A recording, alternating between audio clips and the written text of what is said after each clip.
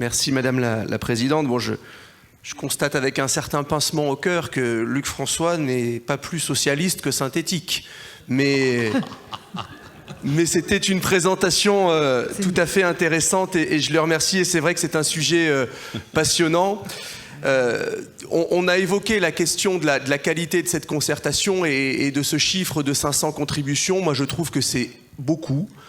Puisque quand on fait ce genre de consultation du public, quelle que soit la forme, des fois on se contente de 10 ou 15 contributions. Donc là, on a eu des modes de contact avec les usagers très variés et effectivement un panel de retour qui est quand même assez intéressant. Ce qui prouve bien que le sujet de la mobilité, c'est un sujet extrêmement important sur notre territoire. C'est un sujet qui mobilise, c'est un sujet sur lequel nos concitoyens se sentent concernés et qui est en plus à la croisée d'un certain nombre de politiques publiques qu'on porte. C'est non seulement la question de l'organisation de la mobilité, mais ça concerne aussi les questions de transition écologique, c'est aussi la question sociale avec le coût de nos déplacements. Donc c'est un sujet fondamental. Et effectivement, de tout ce qui est ressorti, je pense que l'information principale que nous devons en tirer, c'est que nous n'avons pas de demande majeure de création d'infrastructures nouvelles. Parce que beaucoup a été fait depuis des décennies à ce niveau-là, et qu'aujourd'hui, ce qui ne veut pas dire que dans un monde idéal, on n'en ferait pas de nouvelles, évidemment, mais que ce n'est pas la demande majeure, et donc ça nous interroge aussi, et y compris dans la construction des projets politiques municipaux et métropolitains, où on a souvent tendance à parler de nouvelles infrastructures, de nouvelles lignes de tram, etc., où là, les attentes, elles sont plus sur la qualité et la quantité de l'offre sur l'infrastructure existante. Ce qui amène d'autres défis, je vais y revenir. Puisqu'on a deux niveaux d'attente, et Luc François l'a évoqué, à la fois sur la mobilité de l'hyper-proximité, c'est-à-dire qu'est-ce que je fais pour faire les quelques centaines de mètres qui me séparent de mon commerce de proximité, de l'école de mes enfants, de mon travail parfois, et puis qu'est-ce que je fais quand je veux me déplacer à l'intérieur des différentes centralités de la métropole ou entre la métropole et ses centralités voisines, que ce soit dans la plaine du Forêt, en Haute-Loire ou dans la région de Lyon. Et donc on voit que les attentes à ce niveau-là, elles sont vraiment sur un saut d'offres, à la fois sur le plan qualitatif et sur le plan quantitatif, de notre réseau de transport en commun en particulier, et sur notre offre en termes de déplacement mode doux, vélo et piéton. Et extrêmement intéressant aussi, un certain nombre de contributions disent que la qualité de notre réseau de mobilité au sens large est un facteur d'attractivité, y compris pour faire revenir un certain nombre d'habitants dans nos centres-villes, en particulier dans la ville-centre. Ce qui veut dire que si on ne raisonne pas en termes de nouvelles infrastructures, ça veut dire que si on veut raisonner en termes d'amélioration de nos outils actuels, il faut repenser la question budgétaire.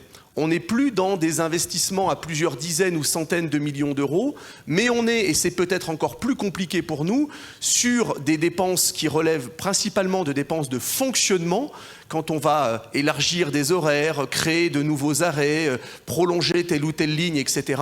C'est avant tout des dépenses de fonctionnement pour la métropole, et confère le débat que nous avions au tout début, et je rejoins ce que disait Cyril Bonnefoy quand on parlait de services publics, eh bien on est là sur des dépenses de fonctionnement qui sont des dépenses essentielles, et donc il faut aussi peut-être qu'on change de paradigme, parce qu'on a toujours pour habitude de dire que la dépense de fonctionnement c'est mal et qu'il faut réduire nos dépenses de fonctionnement quand la dépense d'investissement elle est saine et elle est elle nous permet de préparer l'avenir.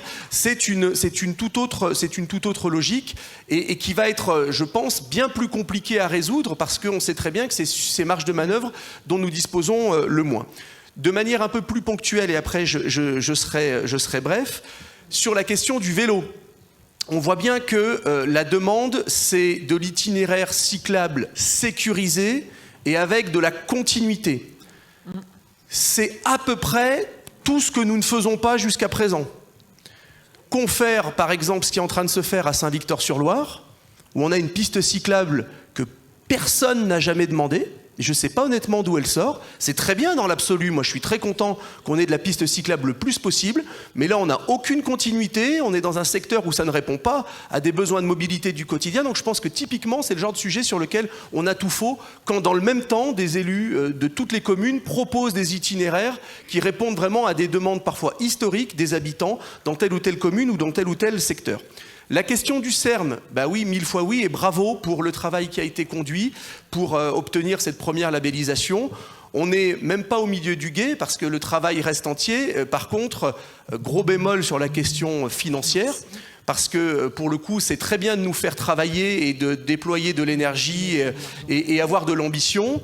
Malheureusement, je crains que les crédits ne soient pas au rendez-vous et donc peut-être que dans le travail sur ce sujet-là, il faut aussi que nous ayons peut-être en soute un plan B, peut-être moins ambitieux ou en tout cas qui nous permette de pouvoir avancer quand bien même les crédits escomptés ne seront pas au rendez-vous.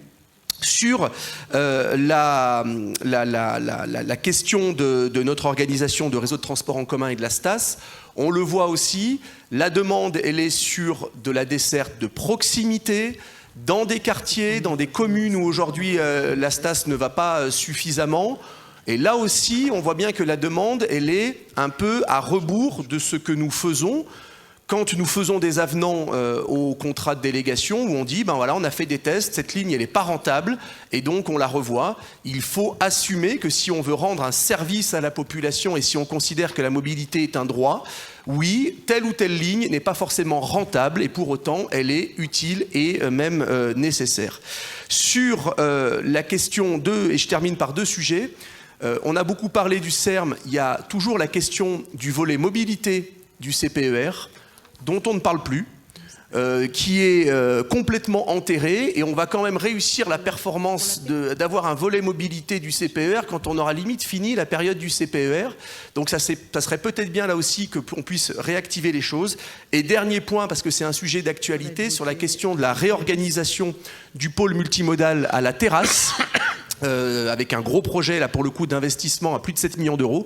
Il y a eu un certain nombre de discussions, d'échanges, de réunions publiques qui ont été organisées.